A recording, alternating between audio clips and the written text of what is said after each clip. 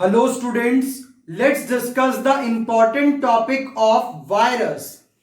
R.H. Whittaker has given 5 kingdom classification, but he has not given any position to the virus. तो R.H. Whittaker ने 5 kingdom classification बनाया living organisms के लिए, but उसने viruses को कोई प्लेस नहीं दी. इसका रीजन था कि जो वायरस थे they were not fulfilling a criteria of a proper living cell. क्योंकि वायरस एक प्रॉपर लिविंग ऑर्गेनिज्म नहीं है, इसीलिए हम उसको लिविंग ऑर्गेनिजम्स की किंगडम में स्टडी नहीं करते. और हमारे कोर्स में वायरस का एक बहुत ब्रीफ अकाउंट दिया है, तो हमें बहुत ज्यादा डिटेल वायरस की करने की जरूरत नहीं है, ना ही आपके क्लास 11th के एग्जाम के लिए और ना ही नीट एग्जाम के लिए. और अगर कोई बच्चा बहुत ज्यादा डिटेल कर रहा है वायरस की, so that is meant for MSc और पीएचडी, तो उसको वहीं के लिए छोड़ते हैं और ब्रीफ डिस्कशन ऑफ वायरस को स्टार्ट करते हैं. So if we talk about the virus, they are infectious agent, यानी कि बीमारी करने वाले ऑर्गेनिजम्स या स्ट्रक्चर्स हैं viruses. So virus are infectious agent with simple acellular organization. आप वायरस के केस में शब्द सेल इस्तेमाल नहीं कर सकते, क्योंकि वायरस जो है वो कोई सेल्यूलर स्ट्रक्चर नहीं है. So viruses are acellular structures and they are exception to cell theory. क्योंकि वायरस कोई प्रॉपर सेल है ही नहीं, इसीलिए वो सेल थ्योरी को भी फॉलो नहीं करता. And their study is called virology, and they can reproduce only within the living cell or host body, so they are obligate parasite.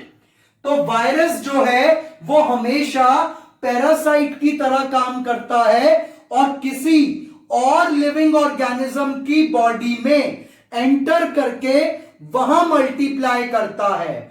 अगर ये एयर में है या वाटर में है तो मल्टीप्लाई नहीं कर सकता, लेकिन जब ये किसी सेल के अंदर किसी और लिविंग ऑर्गेनिज्म के अंदर एंटर कर जाता है after infection, then it can multiply. तो वायरस जो है वो केवल अपने होस्ट ऑर्गेनिज्म की बॉडी में ही मल्टीप्लाई कर सकता है. तो जैसे ये कोई होस्ट है और ये कोई वायरस है, तो इसमें एंटर करने के बाद ही वायरस अपने आप को मल्टीप्लाई कर पाएगा. और अगर कोई वायरस आउटसाइड द सेल है तो वो मल्टीप्लाई नहीं कर सकता. It is inert and considered as virion. Now we are moving to the discoveries of virology. They are most important for NEET examination.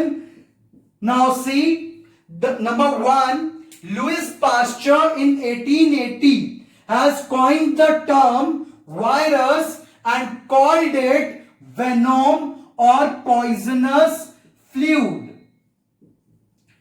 तो फर्स्ट टाइम वायरस को नाम virus दिया था पास्चर ने इन 1880, और उसको कहा था वेनोम या poisonous fluid. Then on second number we have DJ Ivanovsky in 1892. He has discovered tobacco mosaic virus which causes mosaic disease in the tobacco leaf. जैसे ये टोबैको की लीफ है तो इसके ऊपर धब्बे बना देता है, मोज़ैक पैटर्न क्रिएट कर देता है. मोज़ैक का मतलब है जैसे धब्बे पड़ गए हों, निशान लग गए हों. तो लीफ के ऊपर धब्बे से डाल देगा, मोज़ेक पैटर्न क्रिएट कर देगा, tobacco mosaic virus. So on number 1, Pasteur has discovered or coined the term virus. Then first virus was tobacco mosaic virus, which was discovered by DJ Ivanovsky while working on the tobacco plant. और DJ Ivanovsky ने बताया था कि virus का size bacteria से काफी छोटा होता है. तो वायरस का साइज बैक्टीरिया से भी छोटा है और ये बैक्टीरिया प्रूफ फिल्टर से पास हो सकता है. तो ये किसने बताया था कि वायरस बैक्टीरिया प्रूफ फिल्टर से पास हो सकता है? ये बात भी बताई थी डीजे इवानोस्की ने.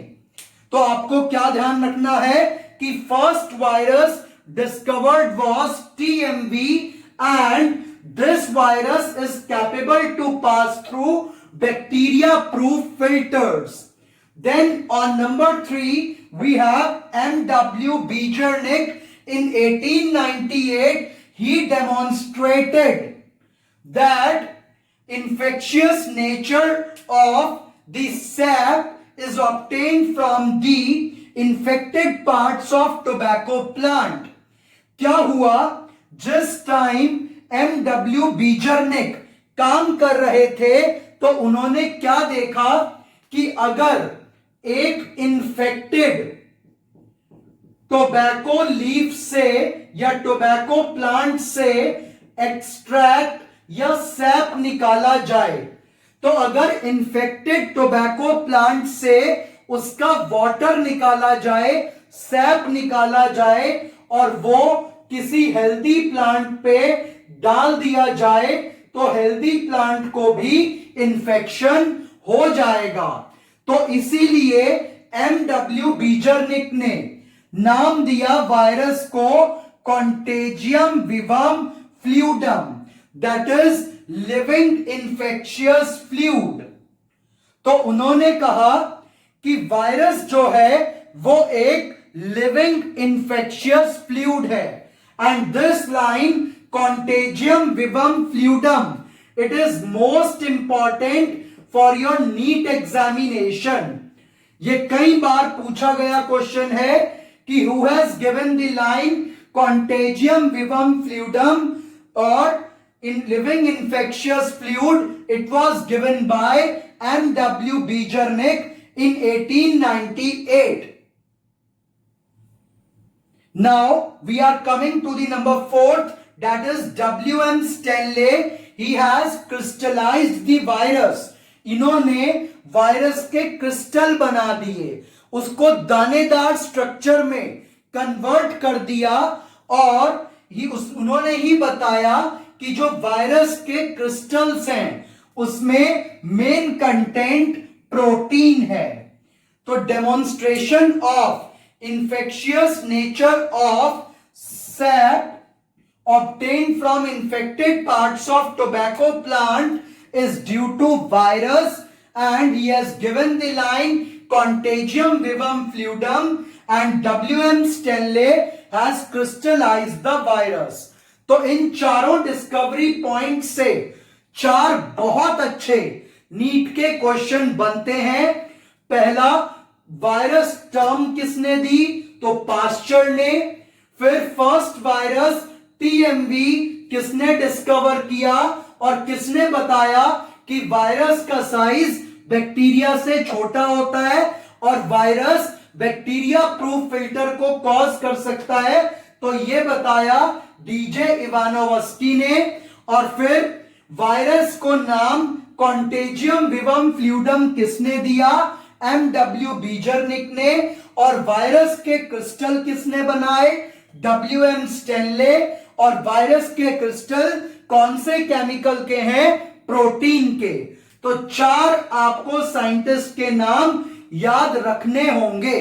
Number 1 Pasteur, number 2 DJ Ivanovsky, number 3 M.W. Beijerinck and number 4 Stanley. And these are most important for your NEET examination.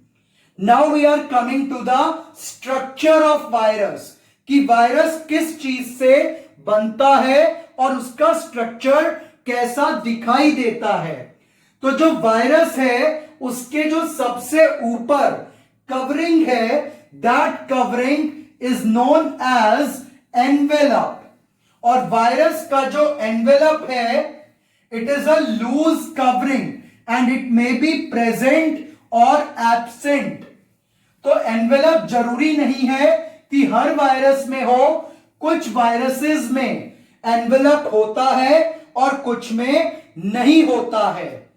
तो जो सबसे बाहर का स्ट्रक्चर है दैट इज एनवेलप, और एनवेलप एक लूज कवरिंग है जो कि बनती है प्रोटीन, लिपिड और कार्बोहाइड्रेट से। तो protein plus lipid plus carbohydrate से बनती है outermost loose covering called envelope. और एनवेलप जो है उसका प्रोटीन तो बनाता है वायरस खुद, और लिपिड और कार्बोहाइड्रेट को लेता है होस्ट से। तो आपको क्या ध्यान रखना है, outer loose cover is called envelope, it may be present or absent and it is made up of protein, lipid and carbohydrates. Proteins are derived by viruses and lipid and carbohydrates are taken from the host. And the second covering of the virus body is called capsid. The capsid is made up of small subunits called capsomeres. तो envelope जरूरी नहीं है कि हर virus में हो, और अगर ये पाया जाएगा तो उसका एग्जाम्पल है HIV एंड हर्पिस वायरस। तो HIV और जेनाइटल हर्प्स का जो वायरस है, हर्पिस वायरस, इन दोनों के अंदर एनवेलप प्रेजेंट है और बहुत सारे वायरसेस में ये एब्सेंट भी होता है। The next is capsid. It is made up of protein and it is having small subunit called capsomere. Capsomeres को जोड़ते जाइए तो जो स्ट्रक्चर बन के आएगा that is called capsid. तो कैप्सिड प्रोटीन का कवर है जो वायरस का मेन कवर और प्रोटेक्टिव कवर माना जाता है। So main protective cover of virus is called capsid. On number 3, we are having nucleoid. Nucleoid is the genetic material of the virus. So it can be either DNA or RNA. तो virus जो है उसका genetic material DNA या RNA हो सकता है, और अगर डीएनए 2 टाइप का हो सकता है और आरएनए भी 2 टाइप का हो सकता है, या तो होगा डबल स्ट्रैंडेड डीएनए, कि डीएनए के अंदर 2 स्ट्रैंड्स देखे जाएंगे। और डबल स्ट्रैंडेड डीएनए का एग्जाम्पल है pox virus, herpes virus, cauliflower virus. और अगर सिंगल स्ट्रैंडेड की बात करें तो M13 एंड कॉलीफेज वायरस, ये double stranded and this is single stranded. तो 1 and 2, there are 2 strands in DNA, that is called double stranded DNA, and if it is having single strand, then it is called single stranded DNA. और इसमें example M13 and कॉलीफेज virus. और अगर genetic material RNA होगा virus का तो वो भी single और डबल स्ट्रैंडेड हो सकता है। सिंगल स्ट्रैंडेड का एग्जाम्पल टीएमवी, इन्फ्लुएंजा और एचआईवी वायरस आ जाएगा, और डबल स्ट्रैंडेड में रियो वायरस, वुंड ट्यूमर वायरस, ऐसे वाले आ जाएंगे। और ज्यादातर सिंगल स्ट्रैंडेड आरएनए और डबल स्ट्रैंडेड डीएनए ही देखा जाता है। और अगर हम बात करें होस्ट स्पेसिफिसिटी की, तो जो प्लांट वायरसेस हैं वो ज्यादातर सिंगल स्ट्रैंडेड आरएनए वाले होते हैं। तो जो वायरस प्लांट पर अटैक करता है, उस वायरस के अंदर जो आरएनए होगा that will be single stranded.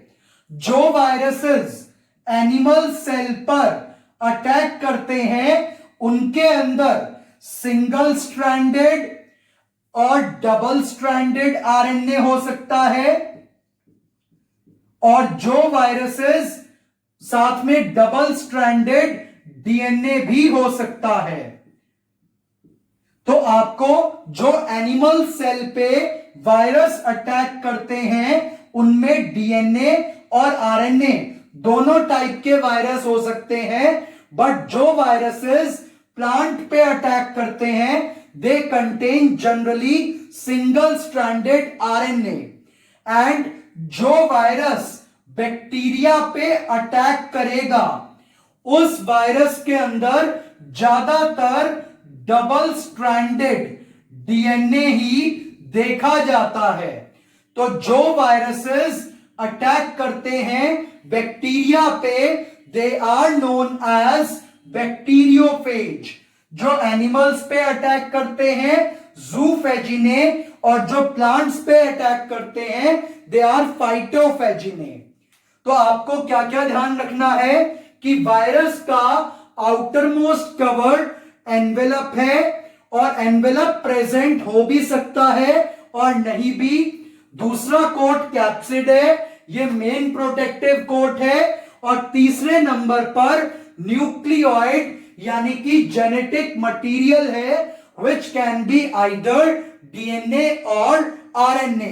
So this was about general account and structure of virus. तो वायरस का स्ट्रक्चर 3 कंपोनेंट से बनता है। Number 1 outer loose covering called envelope, number 2 inner protective cord called capsid, and number 3 genetic material nucleoid. And now we are moving to the living and non-living characters of virus.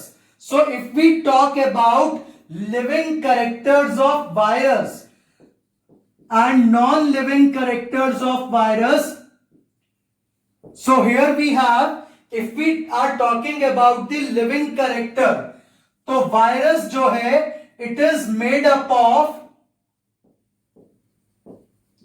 organic biomolecules. तो जो living cell हैं वो भी organic biomolecules से बनते हैं, और virus भी ऑर्गेनिक बायोमोलिक्यूल्स से बना है, तो हम इसको लिविंग कह सकते हैं। दूसरा, वायरस के अंदर जेनेटिक मटेरियल पाया जाता है which is similar to the genetic material of living organism. तो इसलिए हम इसको लिविंग कह सकते हैं। Third, it can be killed by, हम वायरस को मार सकते हैं यूवी रेज एंड ऑटोक्लेविंग से। तो ऑटोक्लेविंग और यूवी रेज की हेल्प से हम वायरस को किल कर सकते हैं, तो ये भी एक लिविंग प्रॉपर्टी है। वायरस मल्टीप्लाई कर सकता है इनसाइड द होस्ट बॉडी, और ये भी एक लिविंग कैरेक्टर है। वायरस इंफेक्शन कॉज करता है, और वायरस के अंदर म्यूटेशंस यानी कि जीन्स में चेंजेस, रैंडम चेंजेस देखे जाते हैं, तो ये सब लिविंग कैरेक्टर्स हैं। और वायरस डिजीज कॉज करता है लाइक एड्स इन एनिमल्स, और प्लांट्स में भी लाइक टोबैको मोज़ैक डिजीज। तो इस टाइप की डिजीजेस भी वायरस कॉज करता है। So these point says that virus is having living characters.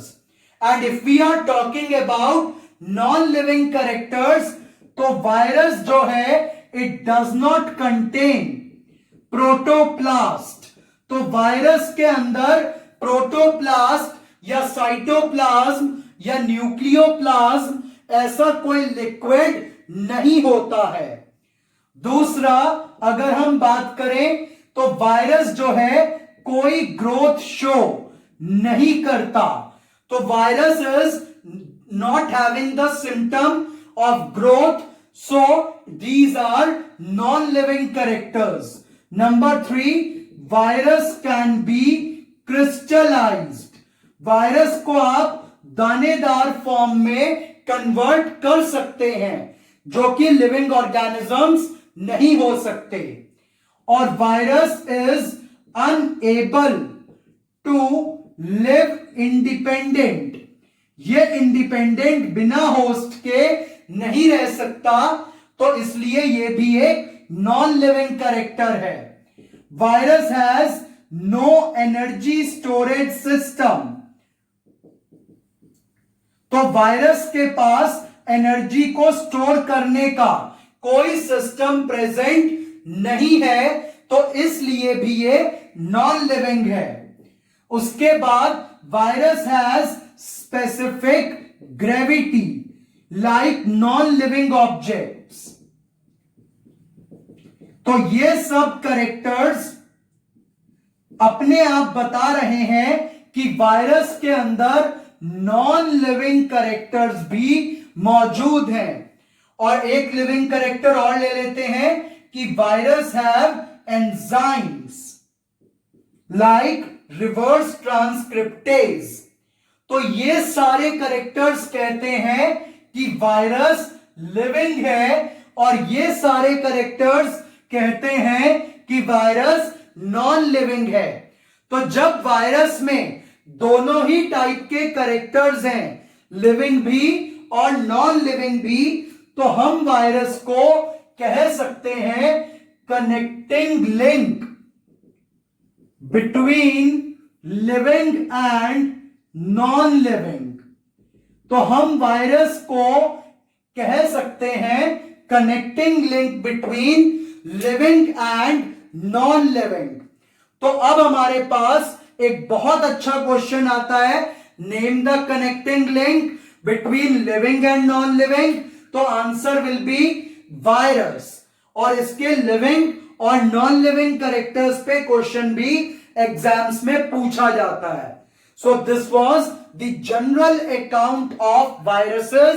There is no need to learn more than this part, and we will discuss the 2 important viruses and some terms in the next video lecture. Thank you.